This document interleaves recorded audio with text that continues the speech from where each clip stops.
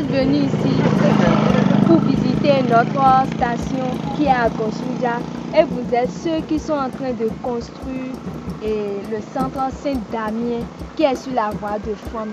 Vous êtes venus ici pour s'amuser avec les enfants, pour conseiller les jeunes et nos parents.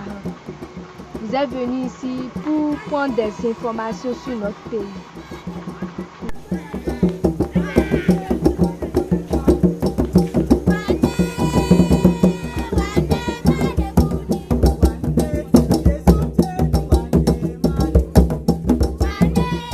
La paroisse d'Agosunja, c'est une église qui tient difficilement debout, un peu branlante, avec un toit en tôle et puis des murs en bambou, je ne sais quoi. En tout cas, c'est pas une église très solide, mais elle est très accueillante.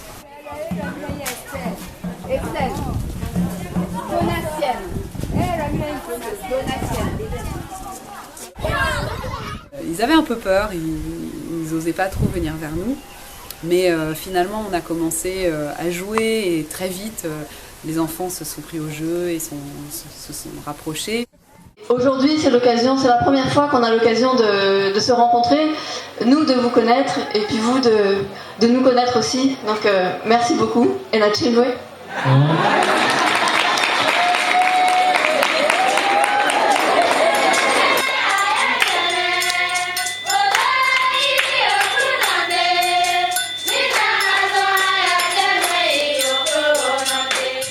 Ce qui a vraiment scellé la relation, le début de cette relation, c'est la messe qu'on a eu, notre première messe dans cette paroisse-là.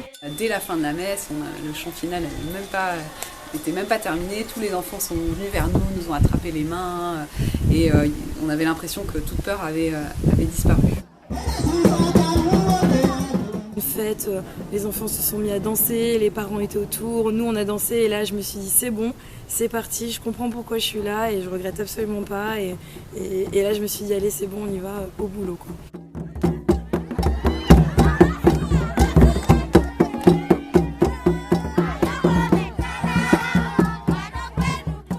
Le facteur n'est pas passé à la boîte aux lettres, il ne passera jamais. Le projet s'inscrit dans le désir d'éduquer par les loisirs.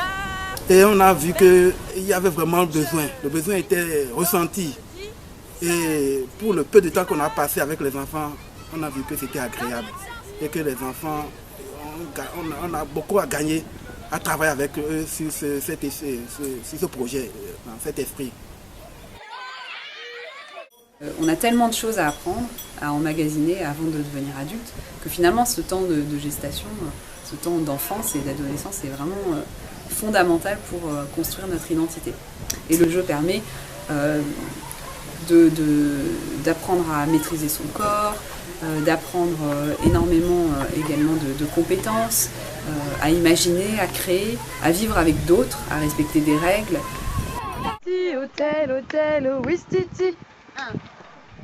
Les parents, on n'en a pas vu beaucoup, quasiment pas. Parce que pour eux, l'avenir des enfants, ça passe nécessairement par quelque chose de classique, que l'enfant aille à l'école, qu'il étudie, qu'il travaille.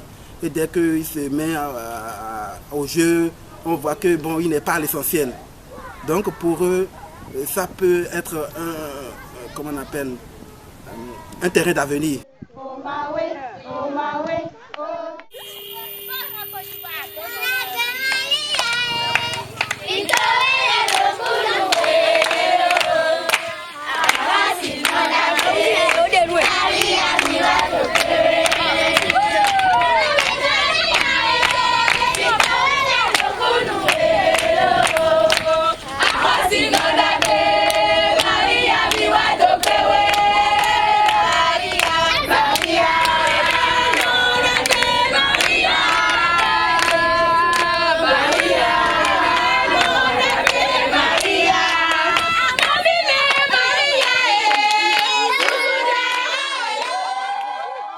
On a été les premières à vivre là-bas.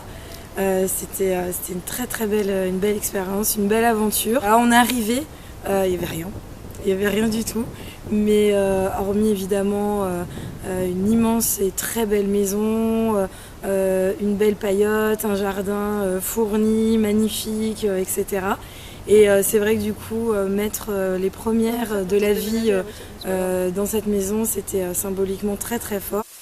Ça y est, on prend enfin possession du nouveau salle. On est super contents.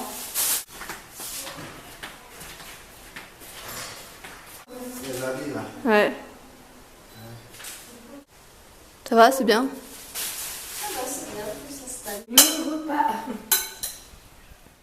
La vie au centre d'Amiens, j'ai trouvé qu'elle était très paisible.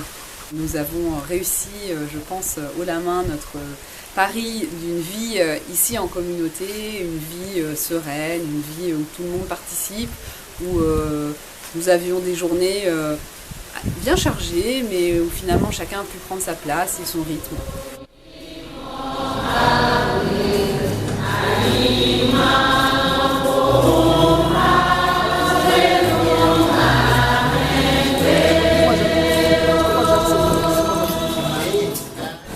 On a habité les lieux, on a commencé à instaurer notre petit rythme.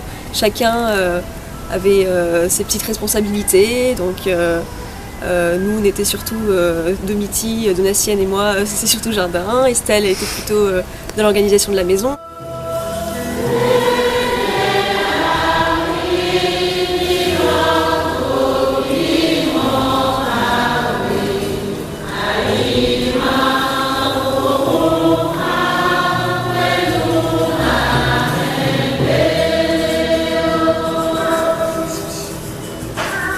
Je vais te montrer à partir d'où.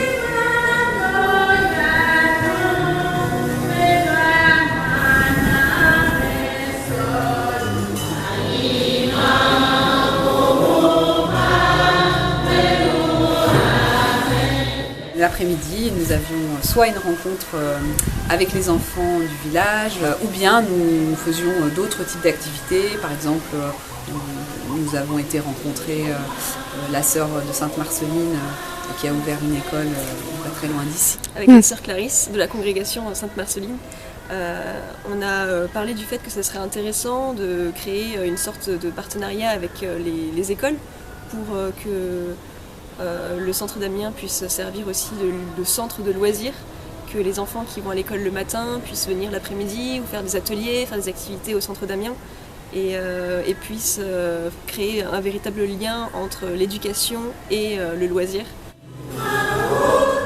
Et puis des soirées, nous les passions tranquillement ensemble, à la lueur de la bougie, à discuter du projet du centre, comment nous voyons l'avenir, quels sont...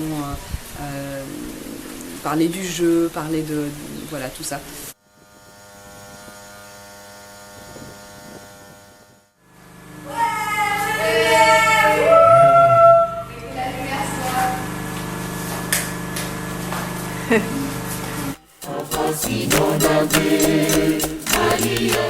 Poser une première pierre, c'est poser une pierre de fondation. Bon, parfois on se dit, bon, cette pierre-là que nous avons mis en terre, est-ce qu'il faut l'arroser pour que ça pousse? Bon, ce serait un symbolisme aussi d'aller l'arroser, pour dire on va voir ce que ça va donner.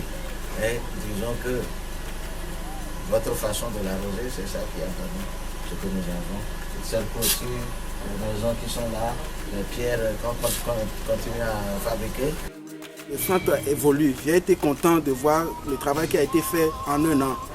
Il y a le château, il y a la maison qui est presque finie et maintenant il y a la clôture qui est en route. Donc ça promet, ça promet.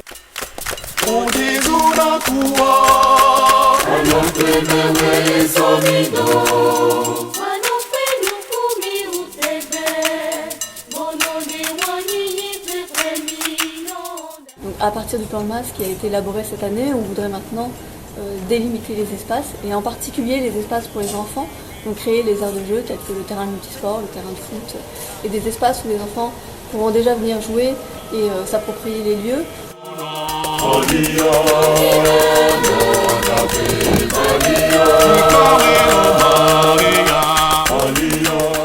On a démarré la construction du mur de clôture des 3 hectares.